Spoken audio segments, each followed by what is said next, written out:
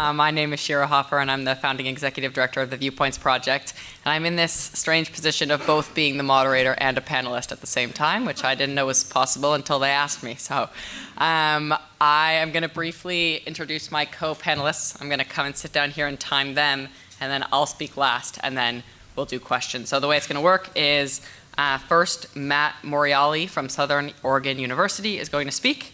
And then after that, we're not going to do questions. We're going to go to James SHANAHAN from Indiana University. He's going to speak, and then I'm going to speak, and then we're going to have 20 plus minutes in the end for questions where you can ask individual panelists or the group, and we'll try and get through as many as we can. So with that, Matt, thanks. Well, thank you for joining our panel this afternoon. My name is Matt MOREALI, and I am mostly a first-year composition seminar instructor. But what I'm going to be talking about today is my experience in free speech law instruction. So my kind of takeaway from all of this is that I think there should be some sort of foundational level of instruction at the university level, preferably more formal and integrated into the general education program. So what I'm going to focus on today is this past year. 3 different settings where I put together different free speech law instructional settings. One was a pre-fall orientation program for a support program at the university or at Southern Oregon University for a select group of students who get to enter the university about a week early. They move in early, and then they have a whole array of different orientation programs related to school policy, getting to know their instructors, and they're also part of a student mentorship program. So the other setting was just kind of a general campus community presentation prior to the November elections. There was 3 other instructors. My role in it was just kind of describing rights, and the others were about difficult conversations, public discourse, and so on. And then finally, and where I'm going to dedicate most of my attention today, is a course that I've been developing for about the past 8 years that is now going forward going to be a general education course.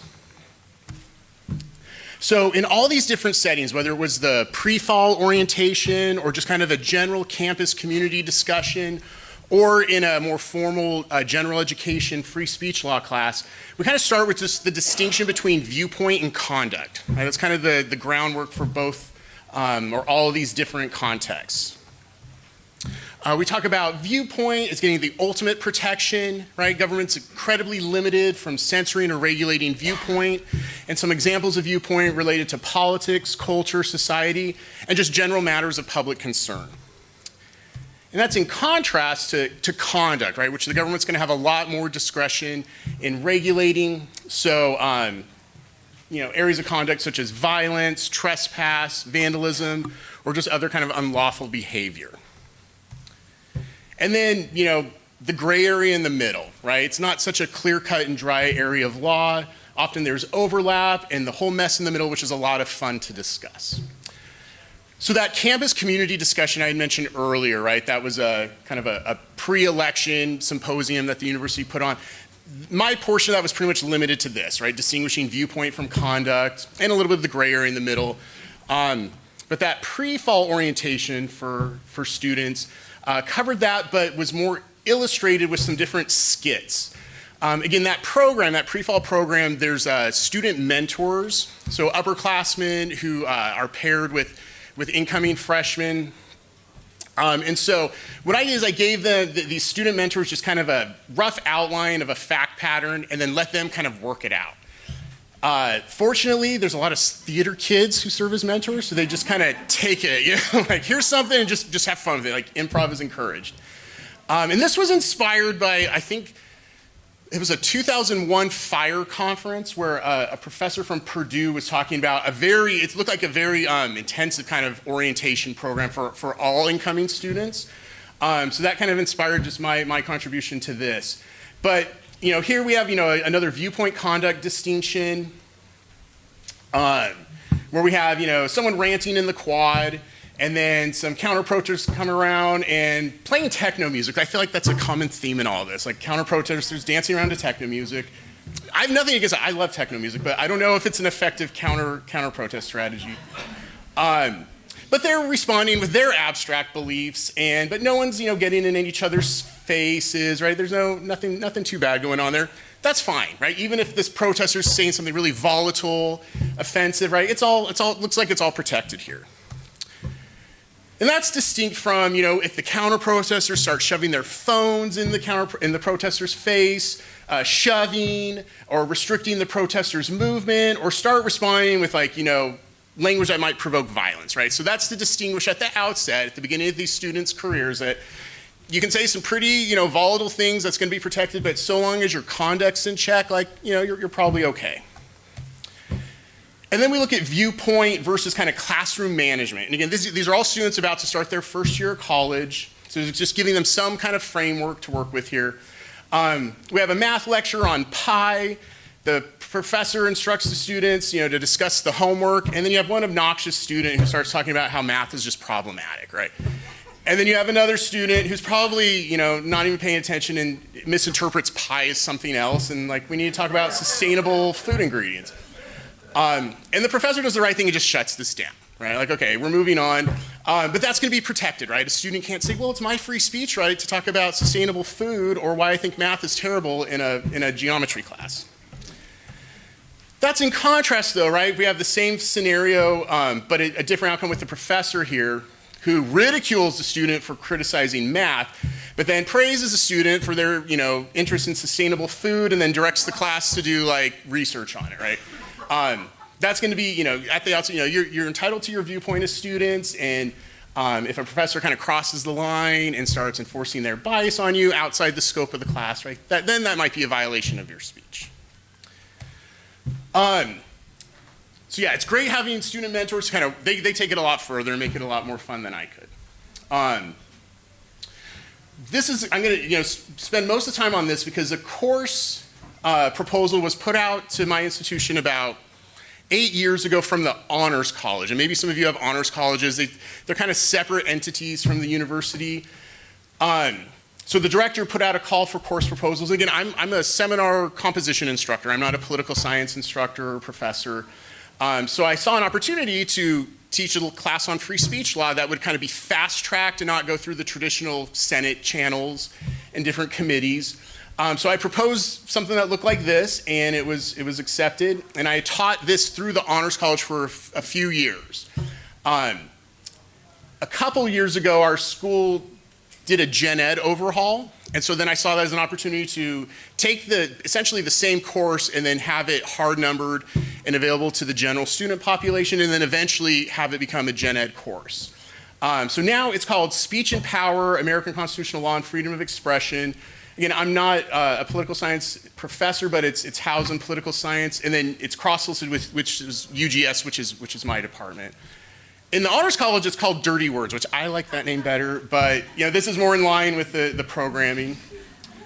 But we have the first half of the terms dedicated to content, so obscenity, incitement, defamation, fighting words, true threats, and I put a note next to hate speech. That's not an exempted category, but it's a good basis for discussion and an exercising analysis of the other categories. After the midterm, we're looking more at conduct, time, place, and manner regulations, K through 12 education, and then compulsory speech. And a common thread in all these is really trying to identify what the government's interest is in regulating, censoring, or compelling speech, and how that interest is weighed against the rights. So we do a lot of fact pattern and hypothetical analysis. We start with obscenity because it seems to be one that the students are most maybe related to. They're used to, movie ratings, music ratings. And it's a really good one to start with because it involves a lot of nuanced analysis, right? When you're trying to figure out, who's this hypothetical average person in a given community and what are their sensitivities to matters of sex and sexuality. And then analyzing whether something has serious literary, artistic, or scientific or political value, right? It's really fun to get into the weeds with that, and the students tend to really enjoy that. But we read one of Allen Ginsberg's poems, Howl, which was the subject of a censorship case. Students are often, they've never heard of it. I didn't know people in the 50s talked like this. It's very vulgar. We analyze whether it's, the vulgarities in comparison to the work as a whole, like how significant they are, other messages and tones. And then they read an article by Kimberly Crenshaw, Beyond Racism and Misogyny, Black Feminism and Two Life Crew. And this still seems very contemporary to me, but I know now it's really old. So I can relate this is all censorship of rap in the 90s. But I think they're a little less in tune to that. But it's a good application of the Miller obscenity test.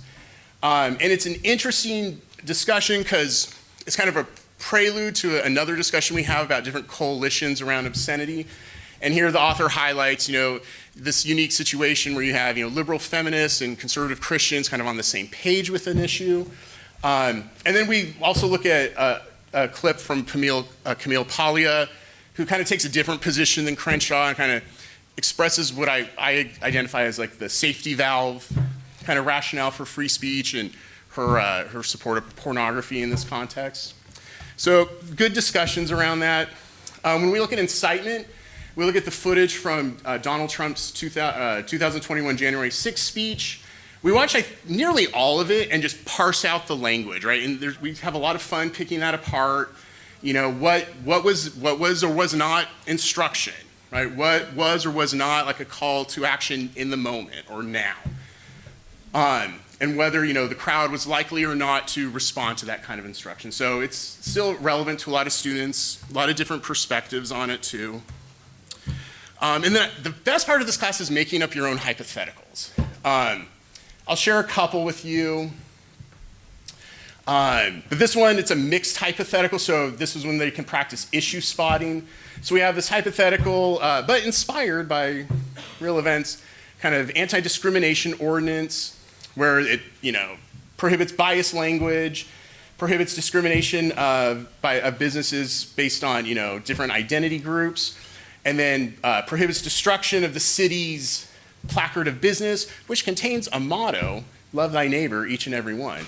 And so the fact pattern here, everything always kind of unfolds into some sort of chaos, right? So you have a patron who wants a particular custom floral arrangement to represent their religious holiday. The florist just coincidentally happens to strongly oppose that religion, refuses to do the floral arrangement, and a fight ensues, and there's some words exchanged. The placard's ripped up, and then everyone gets arrested. And this, right, it touches on, an analysis for fighting words, analysis for maybe group defamation, compelled speech in several contexts, maybe. It might look familiar to the Masterpiece Cake Shop case that maybe some of you are familiar with. Particularly the Creative 303, which is where we get maybe some precedent on that now.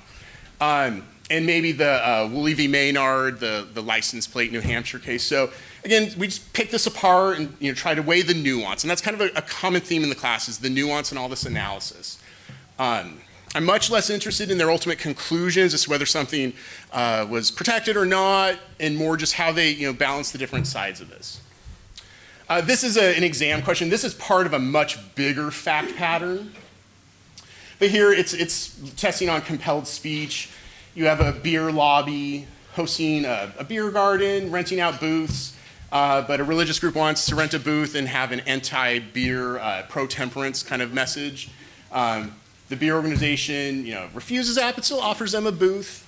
And so this tests compelled speech, but there's a whole other kind of series of this that relates to compelled speech, and then incidentally ends up being a K through 12 speech case. And then a couple multiple choice questions here. We'll look at this one.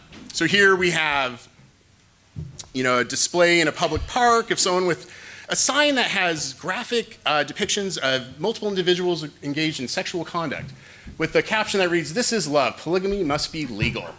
And so that person gets arrested for violating the respect and decency law. And a lot of the multiple choice questions on their exams will modify the hypothetical and then kind of give different outcomes or alternative outcomes. And so here, this one's like, if this is deemed to not be obscene, it would be because maybe that caption gave it enough serious political messaging. Okay, so again, kind of, there's a little bit of a convoluted timeline with this course. Again, I'd originally taught it as an honors college course as part of their kind of civics requirement, and it was a topical course, so the actual substance would change and just I would kind of rotate into it. This past year was hard numbers as a political science course, but not yet a gen ed, so it only had 11 students in it. And those, I think, were particularly drawn to the course because a lot of them weren't getting any kind of extra requirements satisfied by it. But I surveyed them, and I don't have information from other courses because this is the only one I had IRB approval for. But I asked them, whether they better understood this topic after the course, whether they had a greater appreciation for this subject, whether they thought hate speech was legal or not before taking this course, and then if they were more open to others or opposing viewpoints, and if they'd like to continue learning about this. And unanimously, they all felt like they had a better understanding, a greater appreciation. Most of them knew hate speech wasn't like an exempted category, which that surprised me a little bit.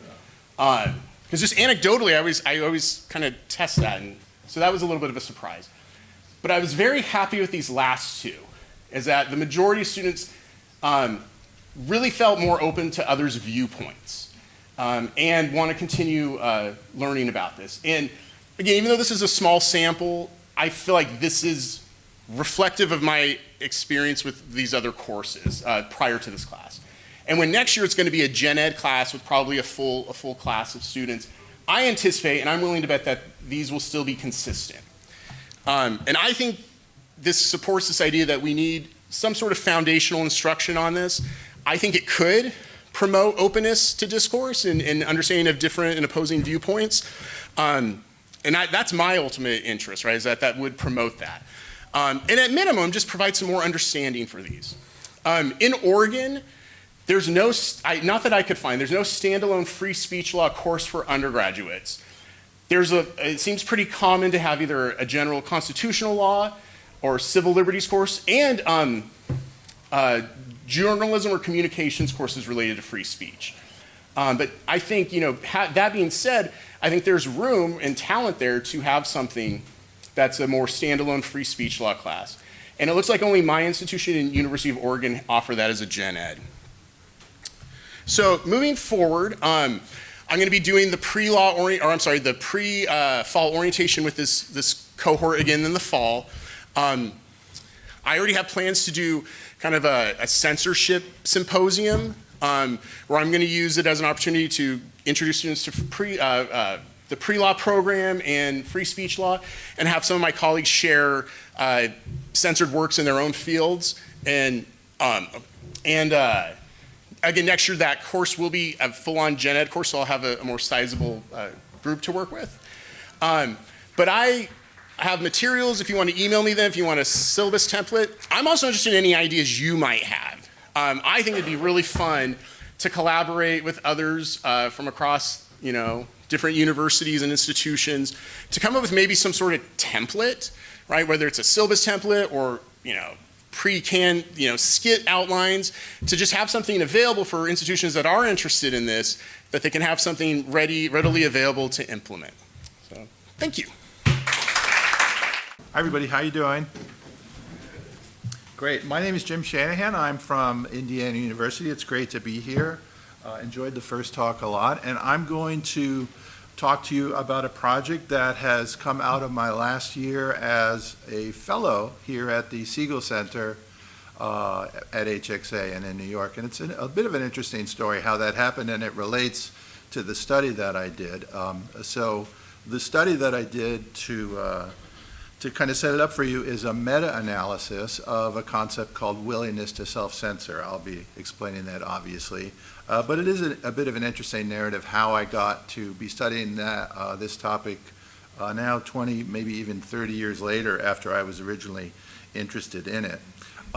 So let's get into it. And for this presentation, by the way, I'm just tailoring my results to the concept of kind of campus speech and how college students manifest this phenomenon. So for me, this started with a concept that I've heard others mention here a little bit, occasionally in other sessions, the idea of spiral of silence. Obviously, HXA has been very interested over the years in why people speak out or why they don't. Maybe this is a self-selected group that's going to be the lowest scorers on willingness to self-censor, so I'll be interested to hear what you guys have to say about it. But this on the image is a woman named Elisabeth Noelle-Neumann. She was a German scholar who came up with this idea of spiral of silence. I'll get into it a little bit. She passed away a few years ago. And the idea of this theory, if you're not familiar with it, was that a couple of propositions for it, basically. First of all, that people, all of us, she thought, have some ability to recognize whether our opinion is basically popular or not, in the majority or not. And she thought we had a fairly good way to assess that. She called that the quasi-statistical organ. Interesting phrase. That's kind of proposition one. Proposition two is that we fear social isolation, perhaps biologically, socially, whatever. That factors in.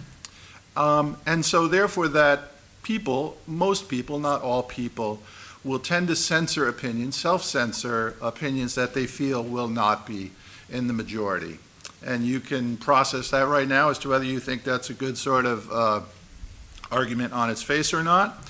But it became a very popular approach within my field, the field of public opinion, media studies, and so forth. And finally, she thought that people used what she called the media tenor, meaning the basic kind of media vibe, I guess we might now say, to gauge levels of a public opinion. And that all of this, all these propositions taken together could result in issues that were tending toward the majority to get more expression about them out there, and that those would spiral off into silence, Schweigespirale in German. Interesting, in her particular case, she had come up in sort of the Nazi period in their journalism sector, and she was a very controversial figure actually in the field for a while, but her theories were widely discussed and tested as she became a public opinion researcher that was prominent in Germany in the 70s especially. But the empirical support for her theory is debatable. If many studies were done testing the relationship between, let's say, my perception of an opinion climate and my willingness to speak out about an issue. And so studies were collected over the years. Early on, I was involved with some colleagues doing a study. I think that 94 must be a little early, but it was back 25 years ago, that studies were finding actually relatively small relationships when we empirically assessed people's what they said they thought, how their opinion would stand in the majority, and their actual reported willingness to speak out. Willingness to speak out was a common dependent variable at that time. These are just some sort of average effect sizes that we're seeing from the studies that have been done. Some German scholars came along later, found a little bit higher, but they're not huge relationships. And so there was a lot of theoretical back and forth about this issue. And at that time, when I was at Cornell, some colleagues suggested to me that we should work on a way of explaining, if people aren't as good as the theory proposes about why we speak out or not, could we find other sources of variance, basically? And so the idea was to develop basically kind of a psychometric scale, which was eventually called willingness to self-censor. That's Carol Glynn, who was my department chair at the time, so I had to go along with her idea to be in the project. And Andrew Hayes, any of you in the field of psychology might know him. He was a grad student, then became a very, very highly cited methodologist, like a lot of citations. Check him out. Great scholar, Andrew, and me there at the end, 20 years ago. And so those are some questions that after a long process of validation, the whole psychometric process, and if you're interested, I'm happy to share with you the 4 or 5 different papers of how this scale was developed back in 2005. These are the final questions that ended up. I won't read them all for you here. They're fairly straightforward in terms of obviously what they're getting at. And so after the process of doing this in 2005, we, and I would give more credit probably to Carol and Andrew than myself, but yeah, we together developed this scale, set it out there. We did a couple of studies with it. I eventually forgot about it, did other things, but others started to use the scale. That's kind of where the story of HXA came in, because and HXA was started like in 2015 or so, I think, is that right? And I joined kind of very quickly just for other reasons, and I noticed occasionally in their materials they would mention this scale. We're interested in people doing research on this scale, willingness to self-censor, blah, blah, blah, and Shanahan. I'm like, oh, that's me. But again, I was doing other things, and I had different jobs and so forth. But finally, when the announcement for the Siegel Center fellowships came around, I said, oh, well, I'm the author of this scale, so I can apply. Anyway, that's how I ended up here in New York the last year, and it's been a really great experience. And so I've been here with a lot of great people enjoying the opportunity to work on this meta-analysis of studies that used our scale over the past 20 years. And there's turned out to be quite a few, and they're actually all over the place in terms of what they attempt to do. I can't talk about all of them today. Like almost more than 70 different studies I've been looking at that have used this scale. So today I'll just try and focus on the general issue of how it might relate to this question here in this session of campus speech, which is obviously something we're interested in. Just real quick, like the general distribution that we found with this measure, I don't know if you can see my little cursor here, but if you were answering 5 to all these questions, you'd be saying, yeah, I self-censor all the time. That's me, I'm a self-censor. And if you were answering 1, this is probably you guys. I never self-censor. No, I speak out. I have courage, And if you're like me, you're probably right here in the middle, which is, yeah, a lot of times I do, but it's not really who I am. And so 3 would be sort of the theoretical midpoint of that. And this is the sort of empirical distribution that we see. So people clustering towards saying, I do it, but, it's not like a dominant characteristic of my personality. Now, these are survey items. Do you believe this is true? Do you believe that people might fudge this? We can talk about all those things, but I'm stuck with looking at the data that we get. So I wanted to compare it to some other things. So, HXA had done surveys asking similar questions about, like, do you feel constrained in speaking about XYZ issues? And they came up with kind of a score that I could compare. I hope I got it right, a controversial discussion score. I took it out of their data from 23, I think. And you see actually kind of a similar distribution there. If that would be sort of the midpoint there, this was college students from that set of data showing a similar distribution. So that made me feel a little bit better, like, yeah, maybe we're all on to something similar there just empirically. So that brings me to the meta-analysis that we did. And by the way, I do want to mention my colleague Michael Morgan has worked with me on this. He's retired from UMass Amherst. And so if you don't know what a meta-analysis is, it's very simply an analysis of all the studies that are out there on a topic. We look for the key sort of relationship in that study, and we treat those as individual data points in a new meta-study, okay? It's a lot of finding studies, coding things from them, and then trying to see what we might glean from that. Because ultimately the idea is any single study could have sampling error, it could have been conducted poorly, what have you. But hopefully if we get all the studies together, they will give us a better sense of what's going on. These are done all the time in the medical field and so forth. So we did this one, been working on it for the past year. 73 studies, and counting, still more coming out.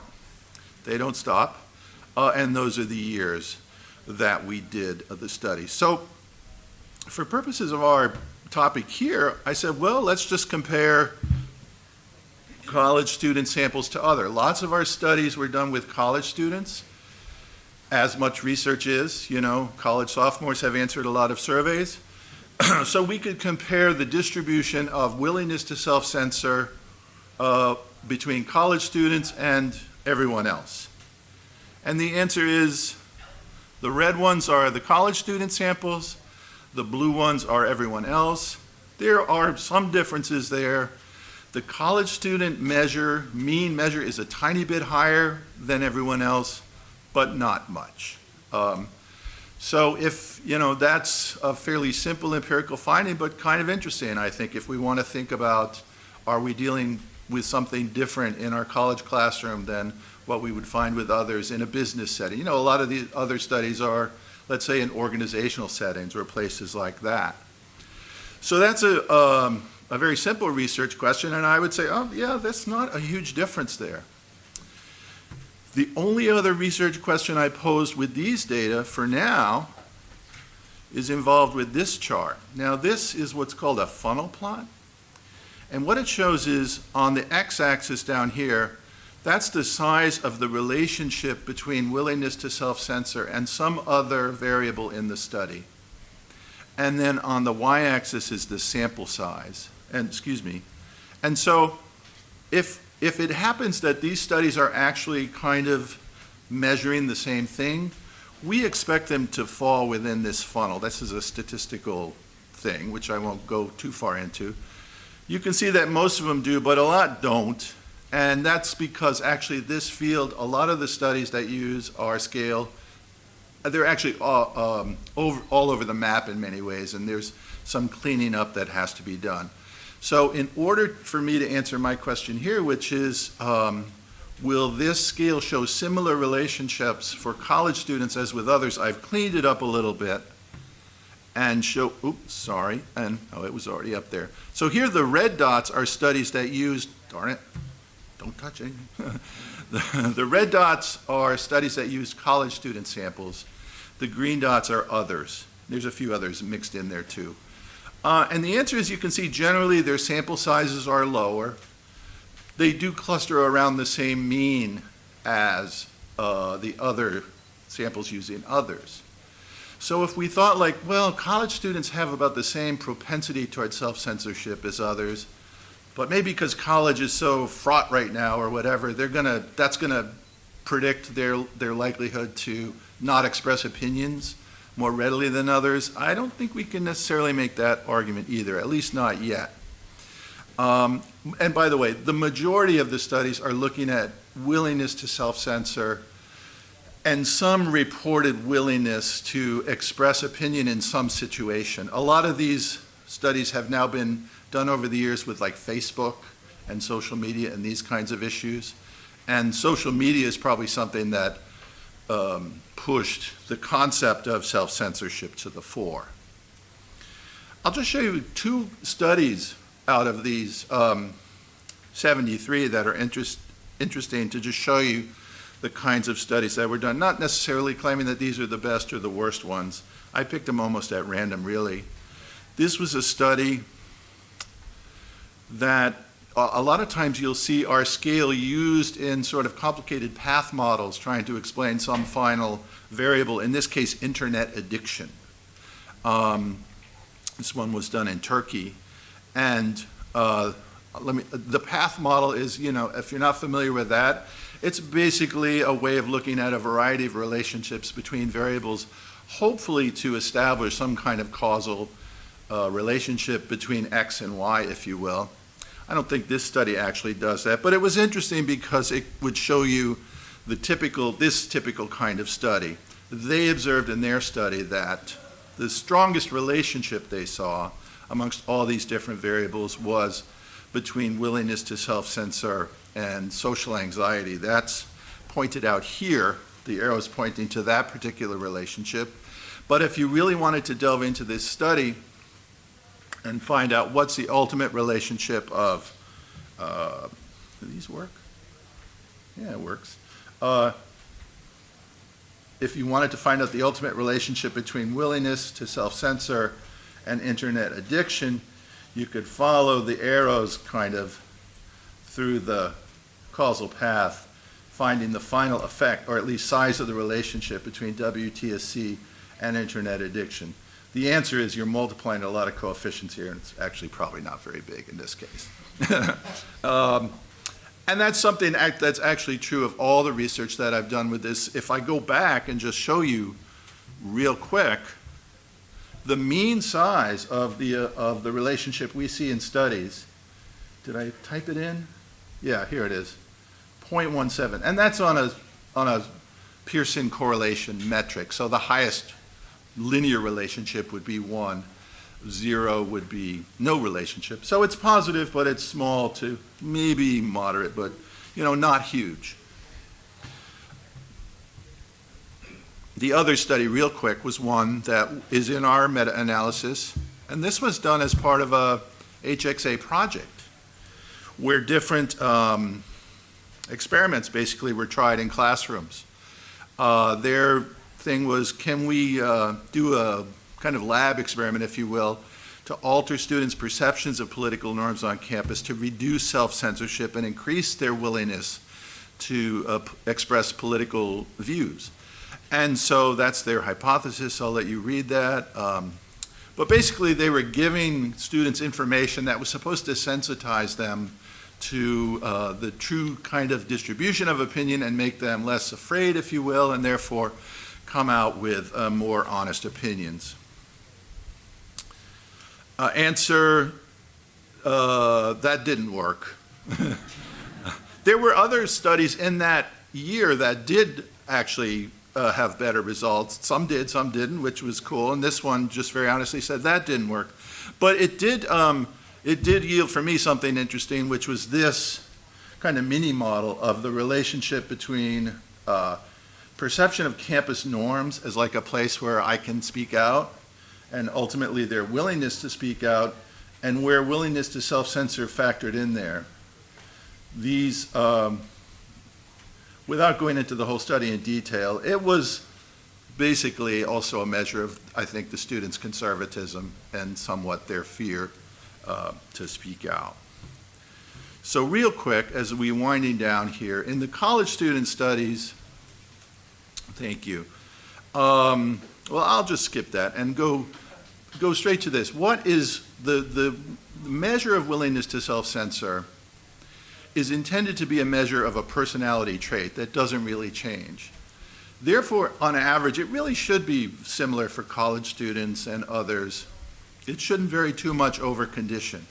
So that's the first thing that it's not. And it's intended that it could be used in studies almost as like a control for, if you will, natural variation, which, as we've seen, tends to be that people are sort of toward the lower end saying, well, I do it, but, not always, or it's not like a key part of my personality. But of course, there's many other things that will make us self-censor that still need to be accounted for when we're looking at a scale like this. Power differentials, that's something that would be big in a classroom. Students' lack of knowledge about a topic could explain why they're not speaking out. Politeness, I was at a session with 2 Canadian people and they were talking a lot about politeness stuff, and turned out to be a real issue. They could be too polite, I suppose. Not here in New York, of course. And the one that I'm interested in is if we take a group of people who have a sort of natural inclination towards self-censorship, low or high, and we put them in another group of people who have an inclination to be censorious, low or high, what happens then? In the campus expression survey data that I saw at the start of my fellowship, the answer to most of the questions seemed pretty normal, like, do you speak out about politics? And maybe, some smaller number said, yes, I don't speak about politics very much. But there were certain issues that did stick out where it seemed to rise above this natural level of self-censorship that I think we're documenting here. Probably wouldn't surprise you to know what those issues are. Care to guess? Who said Israel? Okay, that's 1 point for you. What's the other one? Pardon me? No, race was... The transgender, yeah, was the other one. And they just show higher levels. And clearly, my study doesn't really look at that specifically. That's somebody else's data. But it's interesting to me. I think it goes together, suggesting something else is going on besides just like, I don't want to talk about those issues. There have to be other forces acting on us. Now give me a 3, 2, 1 and hold up your time, because I want to be perfect. Yes. Woohoo! Okay, thank you so much. All right. Thanks, everybody. I feel dwarfed by the scientific prowess of those who have spoken before me. So I will preface this by saying that the methods course that I took was a freshman year course on theories of race in America, and I wrote a thesis using statistical analysis. So take that with what you will. But I'm going to talk to you about it today. So I graduated a couple of weeks ago from Harvard College, and I wrote my senior thesis in social studies and religion on challenging the public-private divide, a new approach to public engagement based on campus speech behavior. So I looked in particular, well, I'll tell you in a second. So what brought me to kind of this interest and to HXA in particular? So this is a great quote from one of my professors. It says, "We don't ask questions like that in this class." That was in that methods class that I just mentioned. I raised my hand and I walked in, it said on the board, how to dismantle the university system.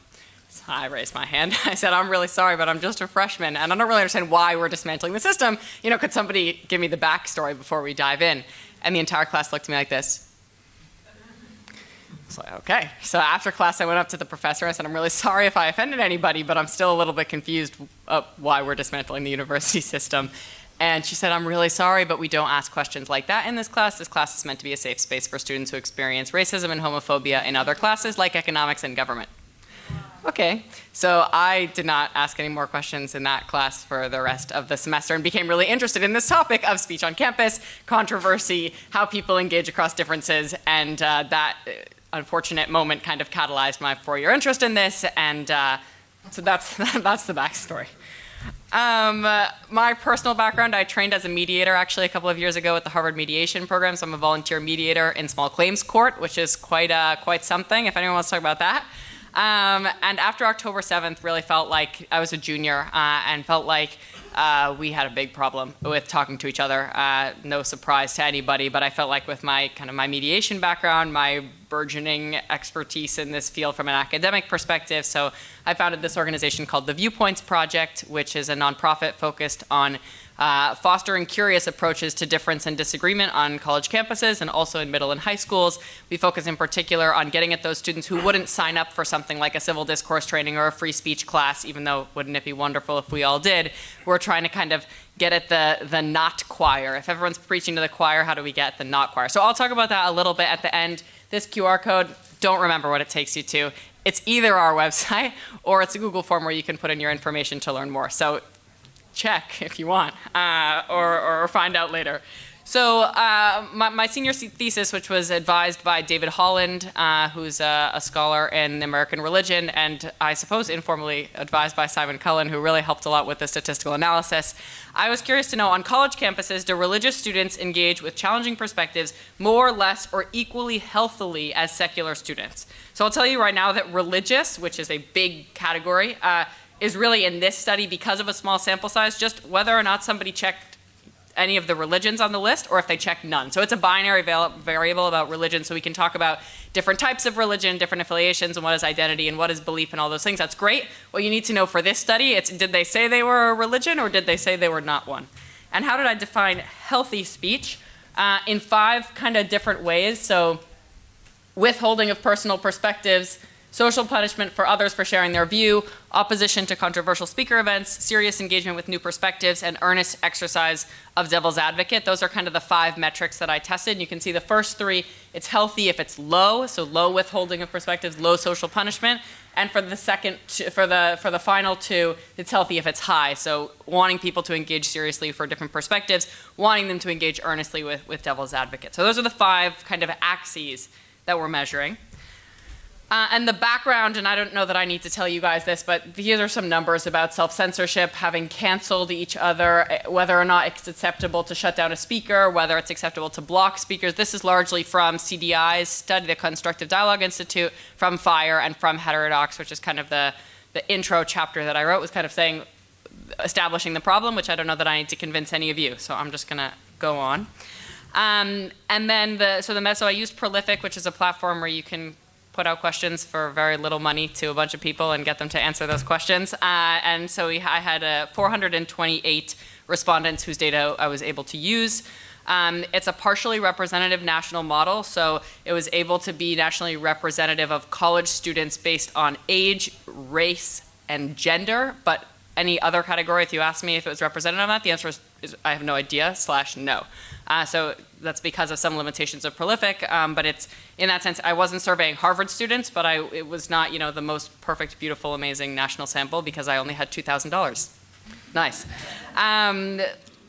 The questions are somewhat generalized, again, because I asked a bunch of cool questions. I thought, how traditionally do you practice? To what degree does your religion influence your political behavior? And then it was like 4 people answered in like that they were, and then how traditional, I had like 6 people be like, I'm super traditional, so I couldn't really draw a lot of results from that. And with regard to statistical significance, I'll talk about that in a second when we start looking at some of these graphs. But one thing that's really important to note is that when I checked whether or not we were talking about if religion was really just a proxy for politics, like James was mentioning, it actually seems like no. It seems like it's actually a separate measure, and that if you look at this and you say, wait a minute, couldn't we just say that all of these folks are conservative and this is how conservatives act? No, according to these data. I'd love to do it again and check more rigorously, but if that's your question, I'm pre-answering it for you. So let's start and look at a little bit of these findings, then I'll talk about some of the not theological, that would be cool, the theoretical implications of some of these findings and why I think it's actually really important in thinking about building a society of deliberative democracy and of engagement across differences. So finding number 1, for this whole graph, we have religious as blue and secular as red, basically because I'm Jewish, so that's why I picked those colors, blue for Jewish and red because not religious. Not that I have biases with any degree, but with holding perspectives in class and social settings, you can see that that secular students do it more.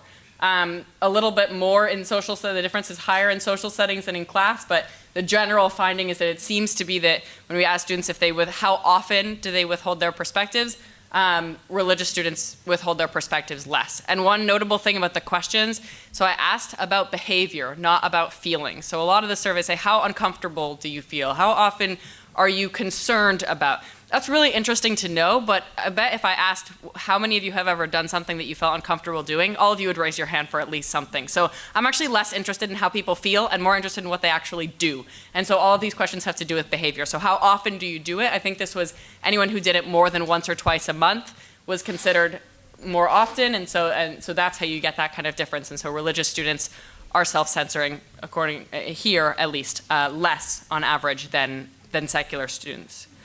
I also was curious, this is like finding 1A, about reasons for withholding perspectives, and they're kind of interesting. So secular students, their reason for withholding their perspective is much more often a fear of conflict or debate. Religious students seem to have that as less of a concern when they're thinking about why they might censor, whereas they're more concerned about causing harm, emotional harm or some other sort of harm to their peers. So it's interesting to kind of parse it. It seems like they're pretty equally saying they lack skill. About 14% of those who self-censor say that they do so because they lack the skill, both secular and religious, whereas we see some of those greater differences in things like fear of causing harm, not liking conflict and debate, but then fear of social consequences seems to be an equal opportunity fear, which is, I think, unsurprising, especially in light of some of these data that we've just heard about.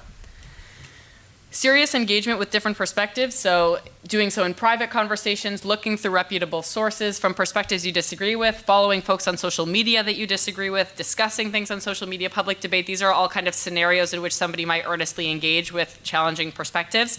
And you can see in each and every single one of them, religious students did it more often. So again, we asked, I think it was something like every day, every week, every month, something. And religious students across the board really took the initiative to engage more productively in these settings. Now, we can talk about some hypotheses. You could say, well, if it's a liberal, secular campus, and so therefore they have to, and so that could affect the size. I think that's true. But it's interesting to note that they're at least doing it more, whether or not they're doing so because they're like, yeah, I'm going to do that, or because that's just what's happening kind of in their daily lives. It's interesting to see. Third finding, how often do you call people out in some way for their perspective that you disagree with? It's going to split. So people who said they've never done something like that, more religious students than secular students said they'd never kind of socially punished somebody for their behavior. I remember this was a tricky one to try and analyze because we figured if we asked how often do you socially punish others?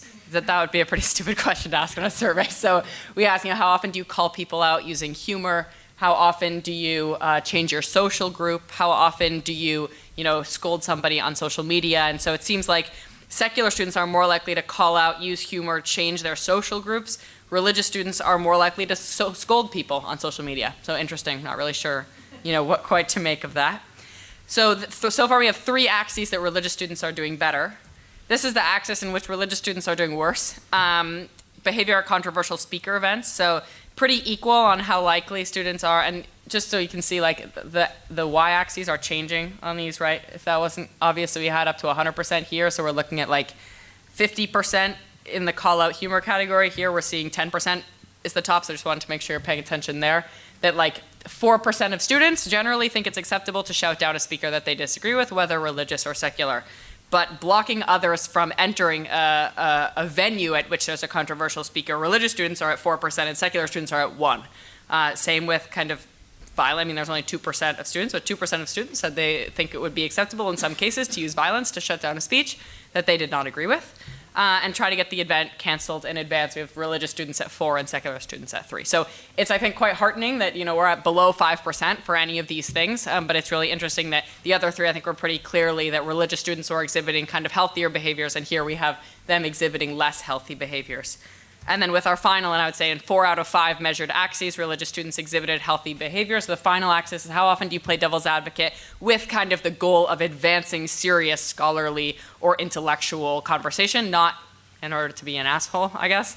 It's really aimed at like how often are you doing this productively? Religious students are at 40% and secular at 32%. So that's kind of the 4 out of 5 that we have, with the difference being around speaker events. And it's really important to note for this second session that this is data of what is actually happening, that it's not really possible to draw like causal conclusions of why based on these data, but that didn't stop me from speculating. So let me share some of my speculations with you, and I'll call them speculations because really that's what they are. It would have been really cool to do some follow-up interviews and kind of chat with people and get to know more, but I have a couple of ideas. So I framed my thesis around deliberative democracy. And then said, we have this problem on campus with speech. How do religious and secular students look at it? Because there really isn't any data. As far as I'm aware, the FIRE survey asks people to check their religious boxes, but otherwise there isn't a lot of data around how religious students engage here. So this is kind of the first time it's been looked at, as far as I know. And so I was curious to think about what is religion's contribution to public engagement more broadly, and does that mean that we have to kind of shift our understanding of deliberative democracy? Spoiler alert, yes. I'll tell you why in a sec. So possible reasons, and you're welcome to speculate your own, and they're going to be just as data-backed as mine. One is, religion's salience in adherence. So the question here is, like, could this actually be caused by religion? One hypothesis for why is because religion is quite salient in its adherents' lives. You'll hear religious folks say, you can't separate me from my religion, saying, who are you without your religion? What would you do if you weren't religious? That's a question that a lot of religious folks can't answer. And so the fact that it is so salient in people's lives is kind of like, so therefore it is quite likely that it has an effect on the way that they interact, especially with things like viewpoint diversity, where religion plays a strong role in shaping people's viewpoints. Another hypothesis is a religious students' experience in the minority leads them to have greater public engagement skills. Like, they just are more often in the minority. You could say, well, this might be the same for conservative students on college campuses. I agree. So this is not an argument specific to religion, but it may be notable for religious students that they actually just practice the skill of, curious disagreement more often because they're forced to.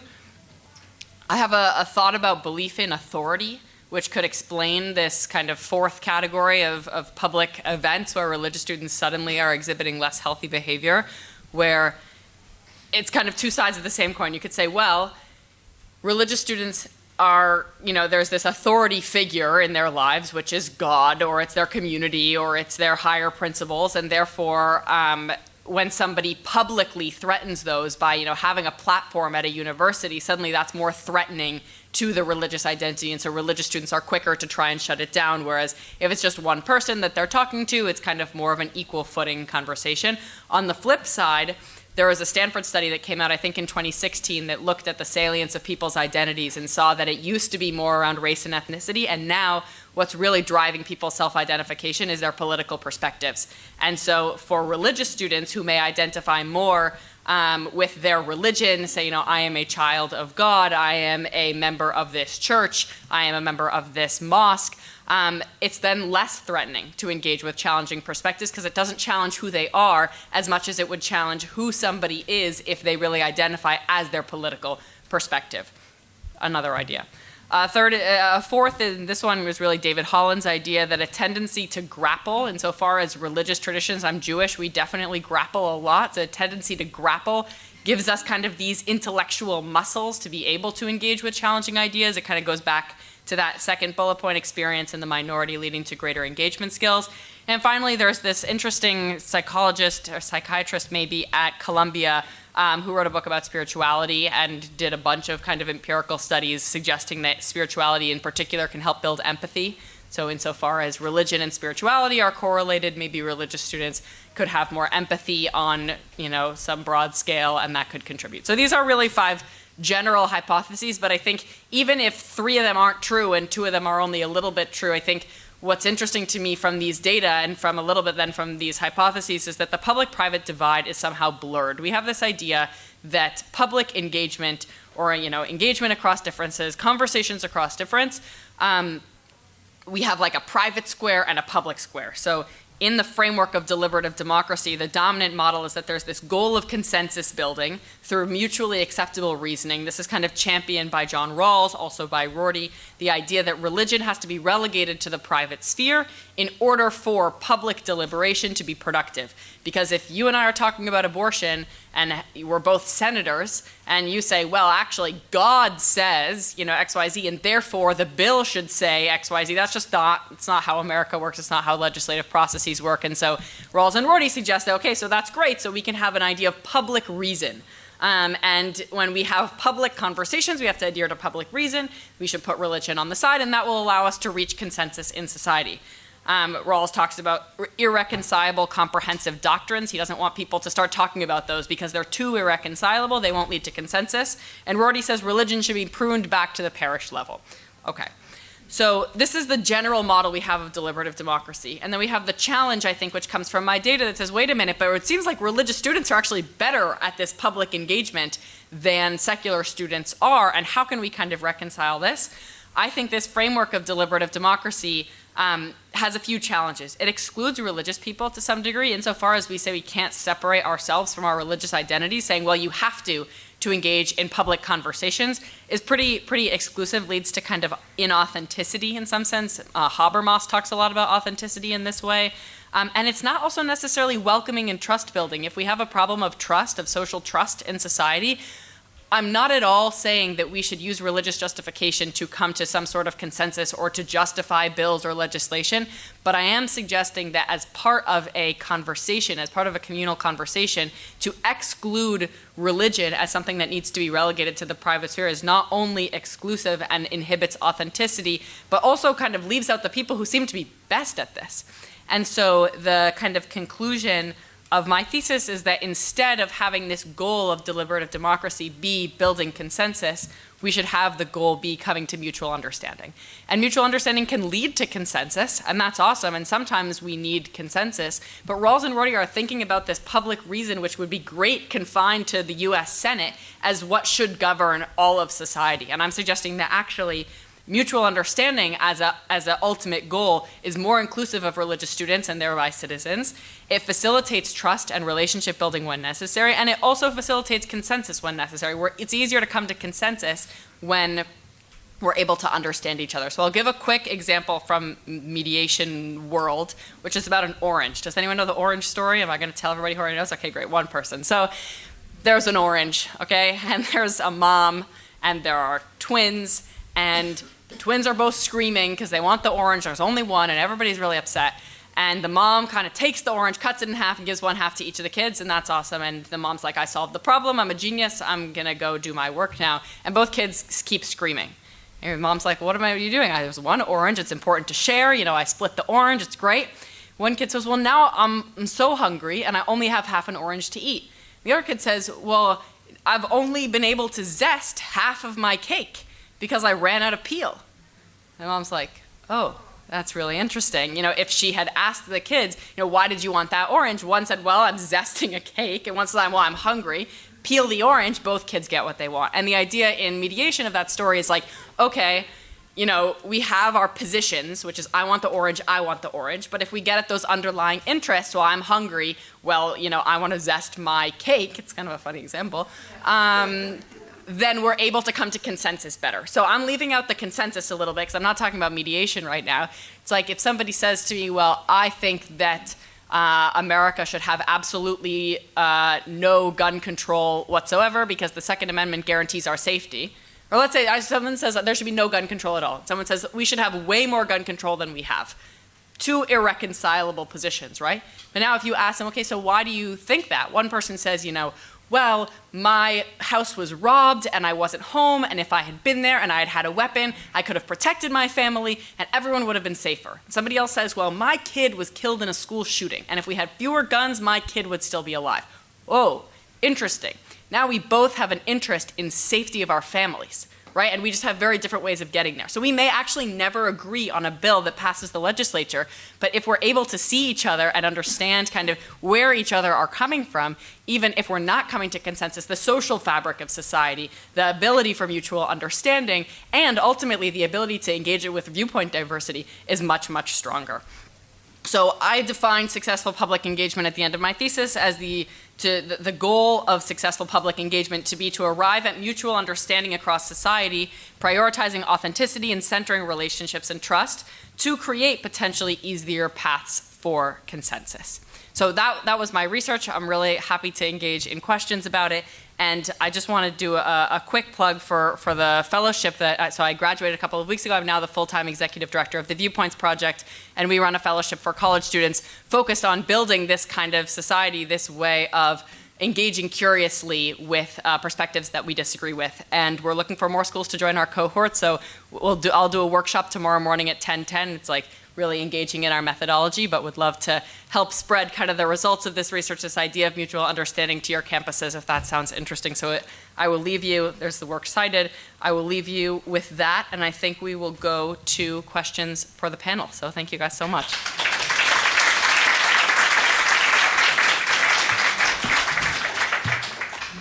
I should like sit down and then I'll like stand back up as the moderator, and there we go. Let me just stop this timer. All right, so great. So, and we're done at what time? 4:20? All right, so we've got about 15 minutes. Yeah, great. I was wondering how you went about defining self-censorship, because there's obviously some things we don't, we self-censor about all the time. We don't describe students as ugly or things like that. But then there are things, and we ought to self-censor about that, but there are other things we ought not to self-censor about. So how do we define, is it made clear to people what they are and are not discussing?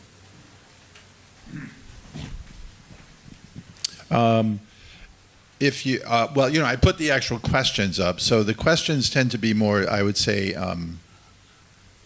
general than specific to situations. So an example of a question, not an exact quote, might be, there are often times when I when I feel the need to withhold my opinion, when I think others disagree with me. The original theory, Spiral of Silence, was specifically about that. So it's usually focused, the tests that matter are usually focused on issues that are perceived to be morally loaded, controversial. The term obtrusive was sometimes used. So it's really not supposed to be about just things like politeness and so forth, or the many other reasons. But the questions in our scale are, and I'll be happy to share them again, they're very, very general. So yeah, they don't, I don't think they perfectly capture the situations in which we would normally self-censor, and probably not call it self-censorship. I was just watching an episode of Seinfeld before I came down here, and it was an episode where George was trying to break up with a woman, and he wouldn't tell her why. He was trying to be polite, but eventually he decided to tell the truth, and of course it led to big problems. So that would telling the truth was the theme of that episode, and not always wise, I guess. But yeah.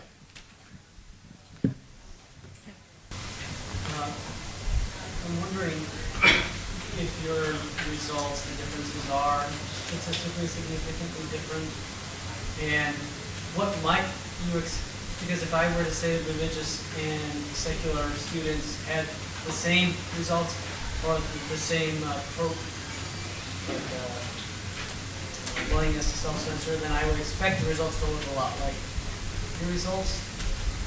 Sorry, can you say the second part again? So Yeah, are they statistically significant? The short version is there any statistically significant differences? Yeah, right, is there statistical significance to the results in my thesis? I think in about 70% of the differences, the difference was statistically significant, and I can send you a copy or look up what those numbers exactly are, but we can also do a little bit of inference. For example, I think that this 4 and 1 difference was more statistically different, whereas the shouting down, because it's a difference of 0.2%, was probably less. It was notably different between people who identified as conservative and people who identified as religious, so that's a really helpful thing to know. But as between each of the individual measures, not 100% of them were, but it was more than 50%. So if you, like the first graph that you showed, Yeah.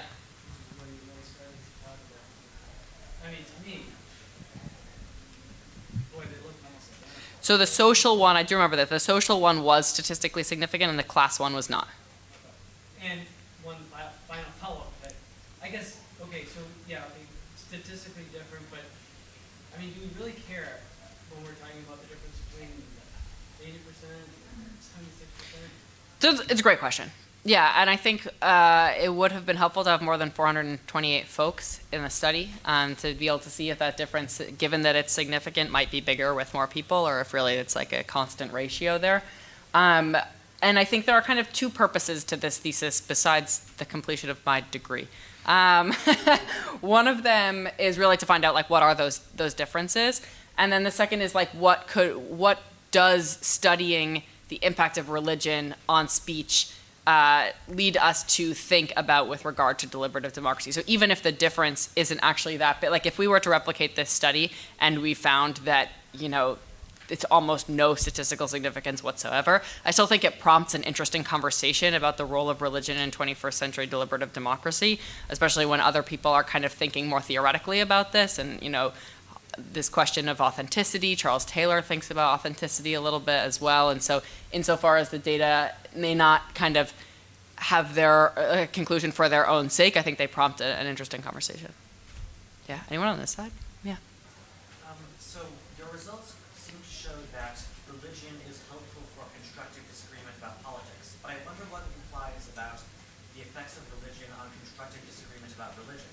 So politics is not the only thing that's worth constructively disagreeing about. In particular, I think we can and should inquire as to questions of religious truth, questions such as, you know, is there a God?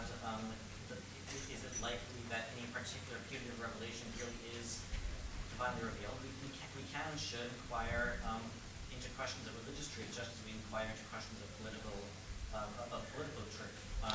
And in particular, regarding your final, one of your speculations as to the reasons behind this finding is that, as it were, you know, religious people are more likely to reserve religious zeal for religion and not have religious zeal for politics. Or in other words, you know, that religious people constitute their identities based on their religion rather than based on their politics. If that's the case, that would seem to imply that actually the one area for which perhaps religiosity is not helpful in terms of its effects on healthy disagreement is religion itself. That's a great question. I'll just say one thing, which is that none of the questions spoke about politics in particular. So the question about withholding your perspective, I said something about withholding your perspective on an issue that seems challenging or controversial or difficult. Like there was no kind of, nothing that preempted students when responding to the question to think that they were only talking about politics. Whether or not that was the kind of thing they were thinking about when they answered the question, I'm not sure, but I'll note that like none of the questions asked particularly about political disagreement or political conversation. So in that sense, I don't know that we can limit these findings to say, well, they're better at difficult conversations about politically charged topics. You could just say generally charged topics, which might include religion. But you're right that hypothesis seems to preclude or at least suggest that it may be more difficult for religious students to disagree about religion. It'd be an interesting question to ask in a future study. Yeah, thanks. Mm-hmm. Yeah, sure. First, great job. I think it's impressive, really impressive work in undergrad. as I actually just finished my PhD at Harvard. Oh, cool. Was teaching a class on talking politics and definition polarization. I wish you could join it. Yeah, that would have been awesome. Here. I want to second the point about interpreting this. Like, this to me reads like these differences don't look super large, and so I think it is worth in presenting this in the future, looking back at which these are and aren't significant, and sort of like asking the question about what the magnitude of that significance means. I'm also just interested in how you interpret some of this qualitatively.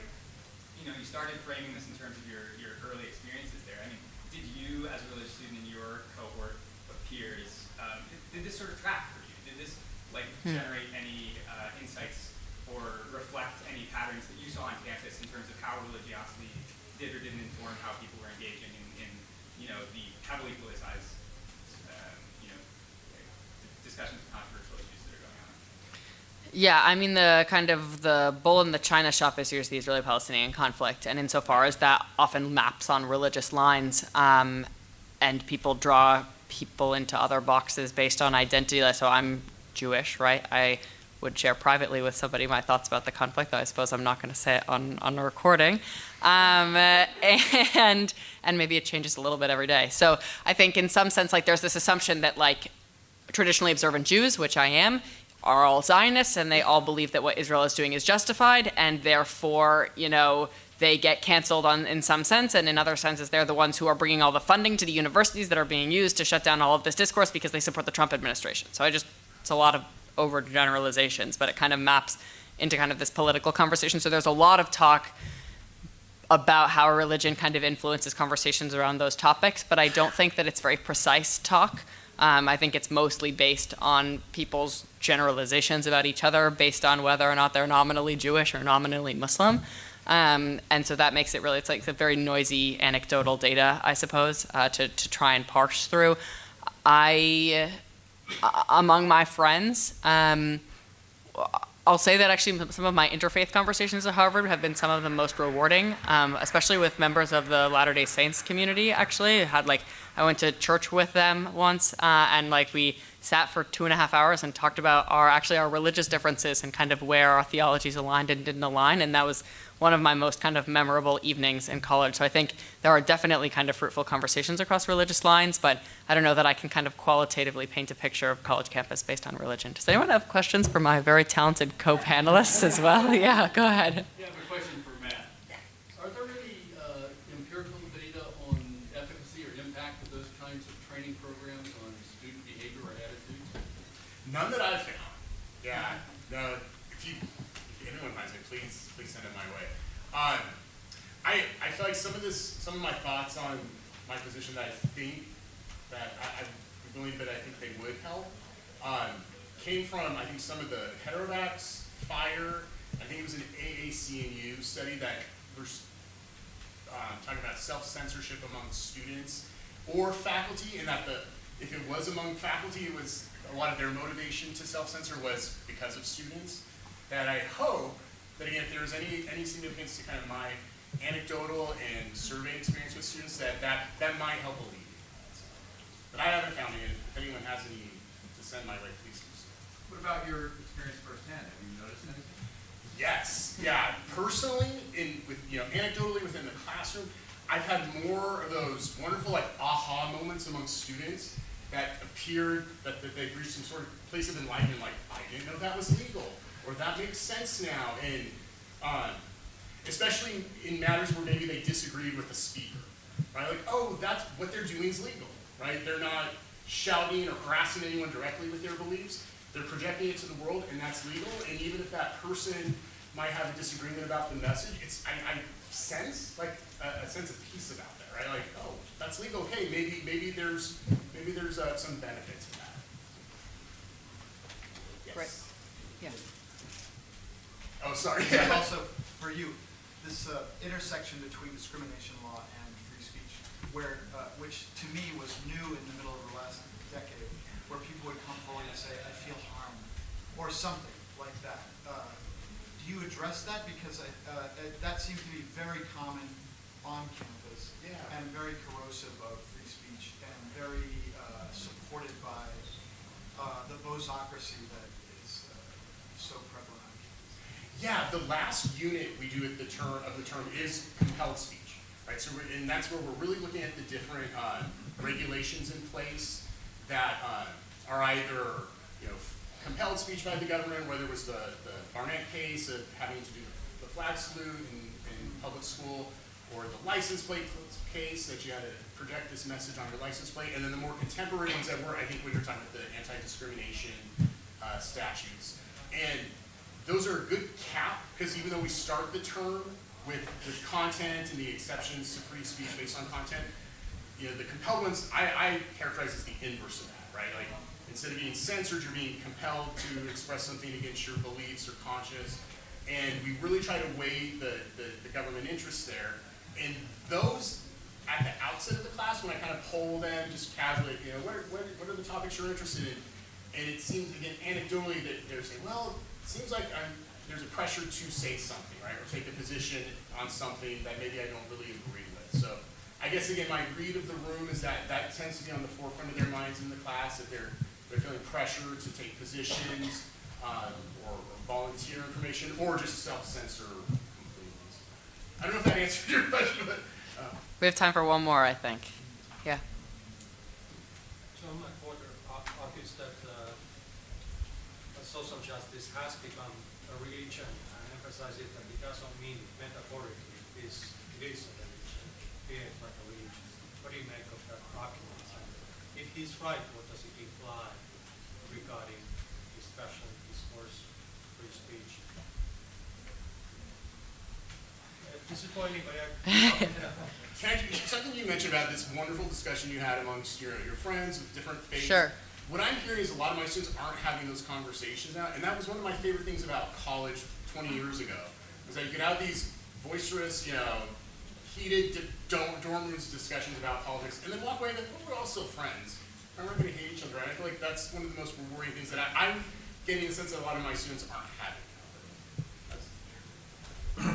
Also, I think the distribution of our data about self-censorship is consistent with the idea that, and it's consistent with my experience in Indiana, pretty large percentage of students don't care at all about any of this whatsoever. And so, we're very concerned with examples that we could pick out. Maybe they're happening a lot at elite universities and they get more attention and so forth. But to me, there's also a sense of always dialing it down a little bit. And to the point of your question about statistical significance, I just wanted to add, in a meta-analysis, we can get a lot of statistical significance because we're piling in tons of individual studies. So we have tens of thousands of individuals that comprise that data.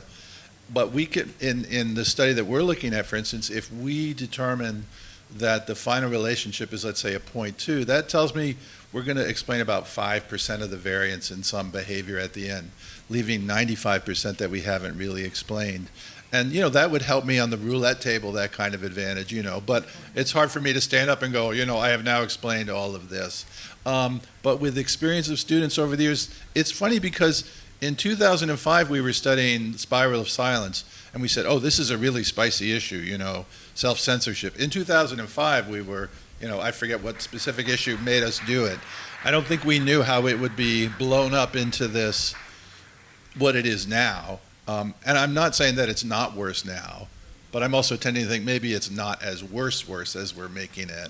And so is it a religion? Yes, for some people, but I've got to say that like 85% of my students, when we talk about it, it's sort of like, oh, wow, is that going on? Well, I'm going to the basketball game now, so. Yeah, great. All right.